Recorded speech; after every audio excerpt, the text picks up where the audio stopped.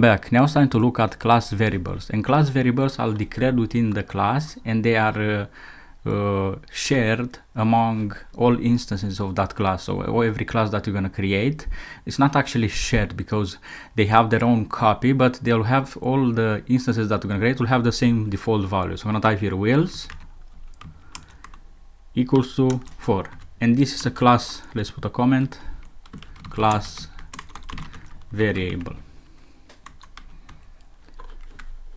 Let's push this down. Let's give it a reformat. I'm gonna keep it as it is. And these variables that are defined here using self.NET, those are instance variables. They belong to a specific instance that is created with this class. So if I go down here and I type print and I type Tesla.wheels, if I run this, I get 4. If I go down here, I'll add a print Ford.wheels, I also get 4. Now I can change this value, so I can go here and I can type Tesla.wheels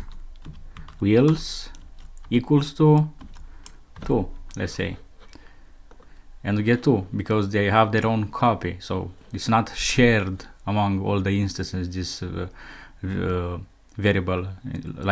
This is similar but not the same with a static variable in Java. In Java, a static variable is shared among all instances, and if one of the instances changes the value is changed for all the instances which are created with that class. In Python we have similarities with class variables, but they are not the same. Now if you want to change the number of wheels for all the cars, I'm gonna type here car using the class dot wheels, and I'm gonna put here, let's say 6.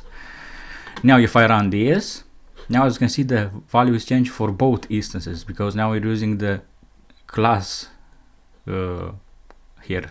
So you type class car dot wheels 6, so this will be now changed for all the instances.